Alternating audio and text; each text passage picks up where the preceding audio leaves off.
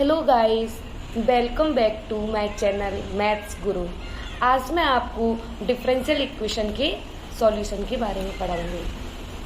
हमारे सिलेबस में 3 टाइप्स की फॉर्म गिवन है। First one is variable separable form and the next one is homogeneous differential equation and the third one is linear differential equation in terms of y. जो in terms of x वाला है वो हमारे syllabus में से हट गया है, तो यहाँ केवल हम इन टर्म्स ऑफ वाई को ही पढ़ेंगे।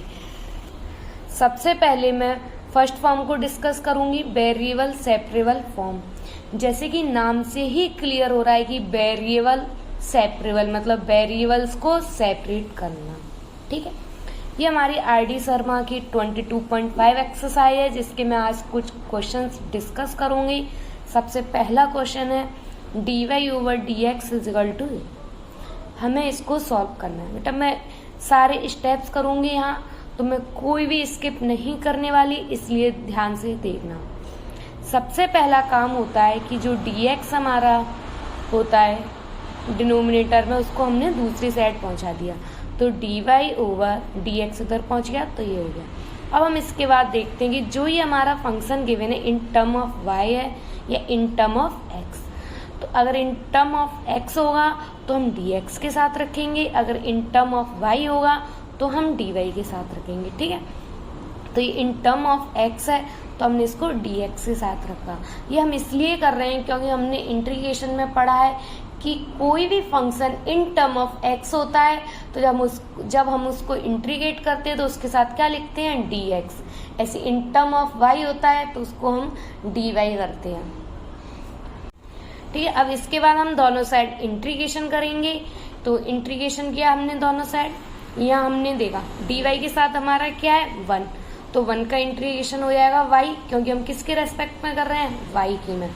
तो यहाँ हो गया 1 का y = x की पावर 5 का हो गया x की पावर 6/6 प्लस x³ माइनस का 2।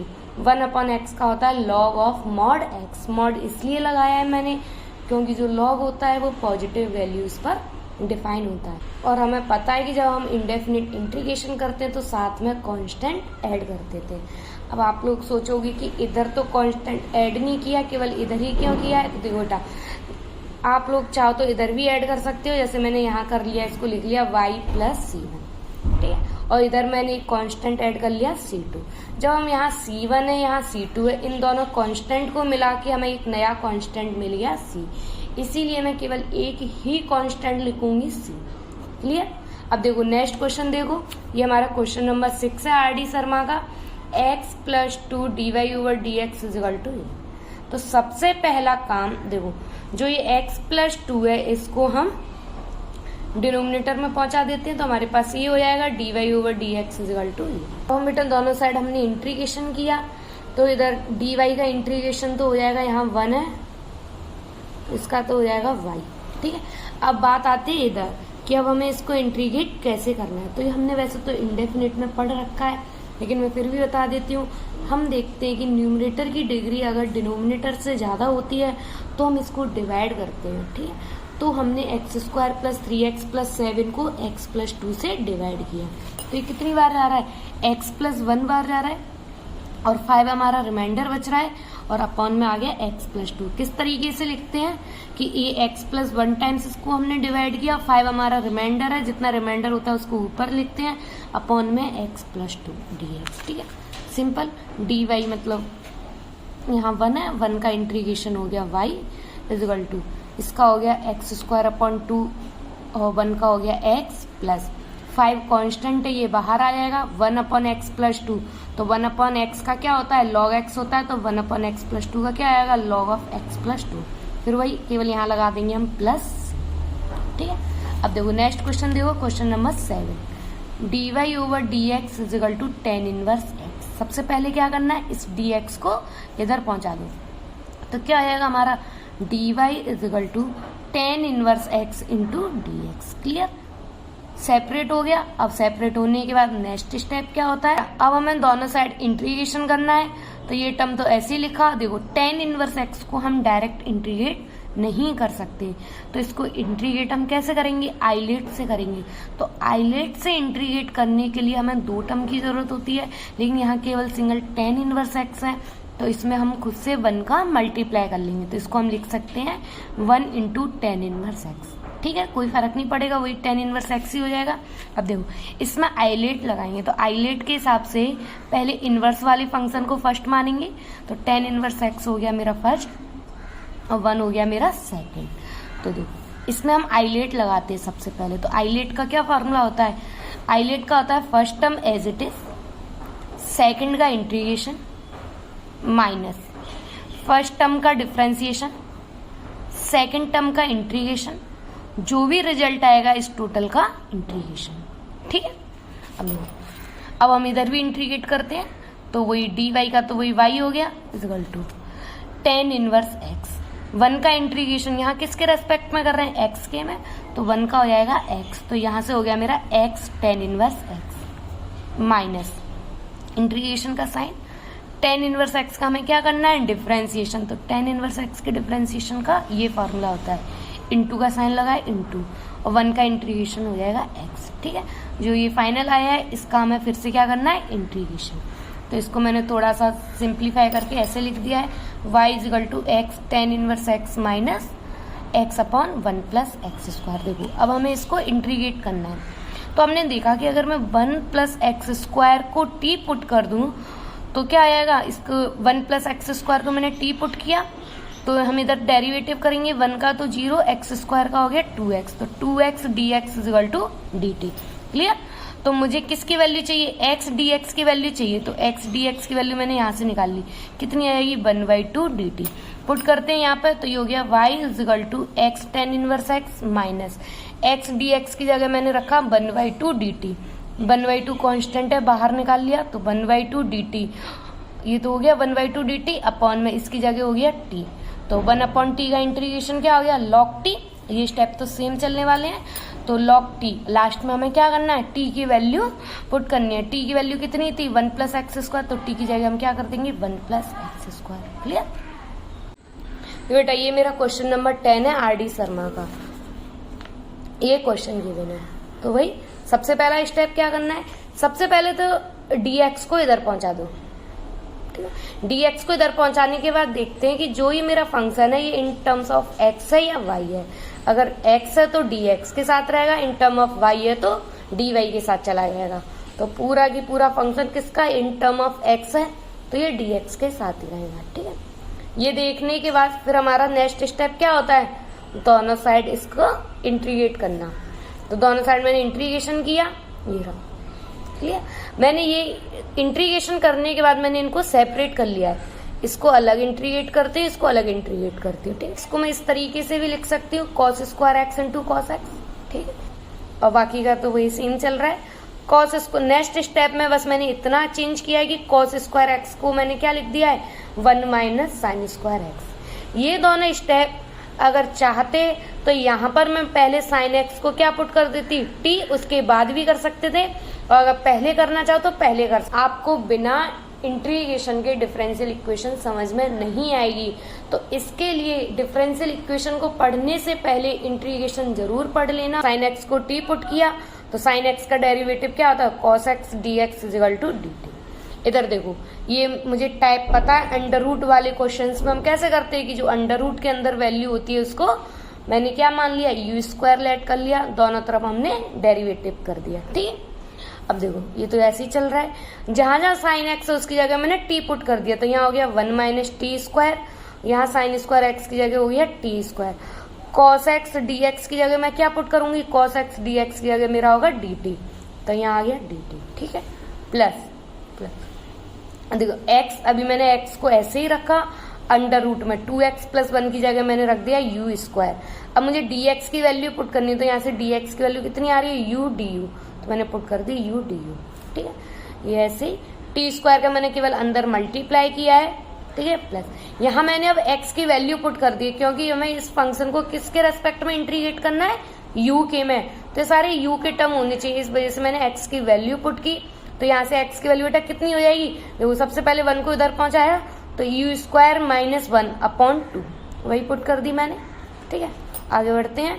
आगे देखो ये तो ऐसे ही रहेंगे, यू स्क्वायर का मैंने अंदर मल्टीप्लाई कर दिया, 2 को तो मैंने बाहर निकाल लिया, तो ये हो जाएगा यू स्क्वायर का इन दोनों टर्म में अंदर मल्टीप्लाई कर दिया।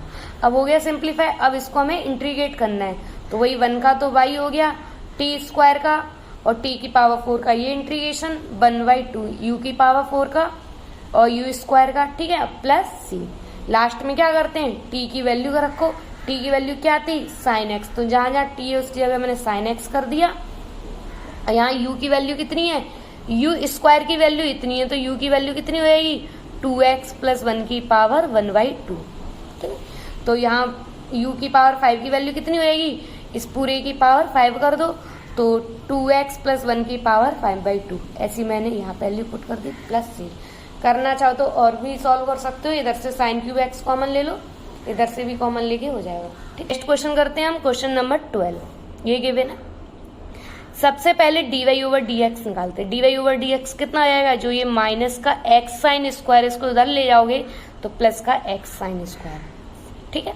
इसके बाद नेक्स्ट स्टेप dx है, dx को इधर पहुंचा दो, पहुंचा दिया।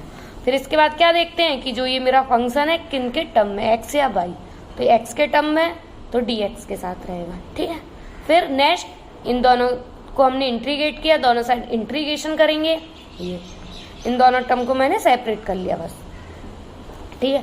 बेटा यहाँ मैंने क्या किया है, इन दोनों को मैंने पहले अलग अलग इंटीग्रेट करती हूँ, इंटीग्रेट करने के बाद इनकी वैल्यू पुट कर दूंगी। जैसे dy का तो y हो गया, इसको इस पूरे इंटीग्रेशन की वैल्यू मैंने मान ली I1 और इस पूरे की मान ली मैंने I2, तो ये हो जाएगा मेरा y = I1 + I2, equation number 1। मुझे I1 और I2 फाइंड करना है, तो I1 मेरा क्या था, इस पूरे का इंटीग्रेशन। अब इसका इंटीग्रेशन कैसे करेंगे, मुझे पता है log x को अगर मैं t मान लूंगी तो log x का डेरिवेटिव 1/x इसमें है, तो log x को मैंने t माना तो 1/x dx = dt, तो 1/x dx की जगह मैंने क्या पुट कर दिया dt, तो 1/x, या फिर बच्चे इसमें कंफ्यूज हो तो क्या कर सकते हो, dx की वैल्यू निकाल लो यहाँ से, तो dx की वैल्यू कितनी आएगी x dt, तो इस dx की जगह रख दो, तो x dt upon x, log x की जगह t, तो x से x कैंसिल, तो क्या आने वाला है 1/t dt, तो 1/t का इंटीग्रेशन log t और t की वैल्यू वापस से रख दो log x, क्लियर। अब ऐसे हम I2 वाला सॉल्व करते हैं, ये मेरा I2 है, ये रहा x sin²x, ठीक है। मुझे दिख रहा है कि मैं इसमें आइलेट लगाऊंगी, तो आइलेट लगाने से पहले मैं इसमें आइडेंटिटी लगाती हूँ sin²x में, sin²x की आइडेंटिटी लगाओगे तो क्या आती है 1 - cos 2x/2, ठीक है। और cos² होता तो यहाँ क्या आया था, प्लस आता है, तो sin² की क्या होती है 1 - cos 2x/2। अब क्या करेंगे, 2 को तो मैंने बाहर ले लिया, x का अंदर मल्टीप्लाई किया, तो ये हो जाएगा x - x cos 2x। Multiply करने के बाद मैंने दोनों टर्म को सेपरेट कर लिया और dx के रेस्पेक्ट में दोनों का इंटीग्रेशन करते हैं, क्लियर। तो 1/2 x का तो हो गया x² माइनस, इधर आइलेट लगेगा, तो अभी मैंने बताया था आइलेट का फॉर्मूला, ठीक है। First as it is, second का इंटीग्रेशन माइनस फर्स्ट का डिफरेंशिएशन, सेकंड का इंटीग्रेशन, जो भी रिजल्ट आएगा उस पूरे का इंटीग्रेशन। तो ये तो ऐसे ही है, देखो x cos 2x का इंटीग्रेशन करना है, तो cos का क्या होता है साइन होता है, तो cos 2x का क्या आएगा sin 2x। फिर से हम 2x का करेंगे, तो 2x का क्या करेंगे डेरिवेटिव करेंगे, डेरिवेटिव क्या आएगा 2x का 2, और इसको क्या, और इसको कहाँ पुट करते हैं अपॉन में, ये हो जाएगा माइनस इंटीग्रेशन का साइन, x का डेरिवेटिव 1 और cos 2x का इंटीग्रेशन। हमें फिर से sin 2x/2 को इंटीग्रेट करना है, 2x/2 था ना मेरा, तो sin 2x का क्या हो जाता है माइनस का cos 2x, और माइनस पहले से लगा दो, देखो ये रहा लगाता माइनस, तो माइनस माइनस क्या आएगा प्लस हो जाएगा, और sin 2x का कितना आएगा cos 2x/2, और एक 2 पहले से है, तो क्या होने वाला है मेरा प्लस का cos 2x/2, क्लियर। 2 का जो है अंदर मल्टीप्लाई कर दो 1/2 का, 1/2 का अंदर मल्टीप्लाई कर दिया, ये मेरी I1 और I2 की वैल्यू आ गई। I1 और I2 की वैल्यू हम इक्वेशन नंबर फर्स्ट हमारी कहाँ है, ये इसमें पुट करते हैं, तो y = जो I1 की वैल्यू आई है ये, और जो I2 की वैल्यू आई है ये, इन दोनों को पुट करेंगे, ये मैंने पुट कर दिया, ये मेरा फाइनल आंसर। ठीक है, इसमें C2 ऐड हो रहा है, उधर C1 है। देखो इन दोनों कांस्टेंट को ऐड करोगे तो हमें फिर से नया कांस्टेंट मिल जाएगा, उसको मैंने क्या लिखा है C। क्लियर। अब देखो बेटा नेक्स्ट क्वेश्चन है 15। ये क्वेश्चन गिवन है। सबसे पहले क्या करेंगे, माइनस cos 2x को उधर ले गए। अब इसके बाद जो ये cos x इंटू में इसको मैंने डिवाइड में पहुंचा दिया। ठीक है, अब हमारा हो गया dy over dx is equal to cos 3x plus cos 2x upon cos x। यहाँ मैंने देखा बेटा मुझे cos 3x का फॉर्मूला पता है और cos 2x का पता है, दोनों फॉर्मूले को पुट करते हैं। cos 3x का क्या होता है 4 cos cube x minus 3 cos x plus cos 2x का मैंने लिखा। हम cos के टर्म में ही लिखेंगे इसका, क्योंकि अपॉन में मेरा क्या है, डिनोमिनेटर में मेरा cos x है, इसलिए मैंने cos 2x का 2 cos स्क्वायर x माइनस 1 सारे टर्म मैंने सेपरेट कर लिए। ठीक है, अब मैंने देखा यहाँ कितना बचा, cos स्क्वायर x, यहाँ ये कैंसिल, 1 अपॉन cos को मैंने क्या लिखा सेकेंड। अब इसके बाद क्या करेंगे, dx को इधर पहुंचा दो, पहुंचा दिया। फिर नेक्स्ट स्टेप क्या होता है, ये पूरा फंक्शन किसका है, इन टर्म ऑफ x, तो dx के साथ रहने वाला है। दोनों साइड इंटीग्रेशन किया तो cos स्क्वायर x में यहाँ पहले हम क्या लगाते हैं, आइडेंटिटी लगाते हैं। cos स्क्वायर x को हम क्या लिख सकते हैं, cos स्क्वायर x का क्या फॉर्मूला होता है 1 प्लस cos 2x अपॉन 2। अब हमें इंटीग्रेशन करना है। सबसे पहले तो यहाँ इसको 2 बचा, 2 का मैंने अंदर मल्टीप्लाई कर दिया तो ये हो जाएगा 2 प्लस 2 cos 2x। बाकी के टर्म तो जो जैसे दिए हुए हैं वो मैंने लिख दिए। ठीक, बस अब सिंपल इंटीग्रेशन करना है, आप तो कर ही सकते हो। यहाँ इसका y हो गया, ये मैंने थोड़ा सॉल्व कर लिया, 2 माइनस 3 माइनस 1 कर दिया है। ठीक है, 2 cos 2x का हो गया sin 2x अपॉन 2, 1 का x, cos का साइन, sec का क्या होता है log sec x plus 10x plus c।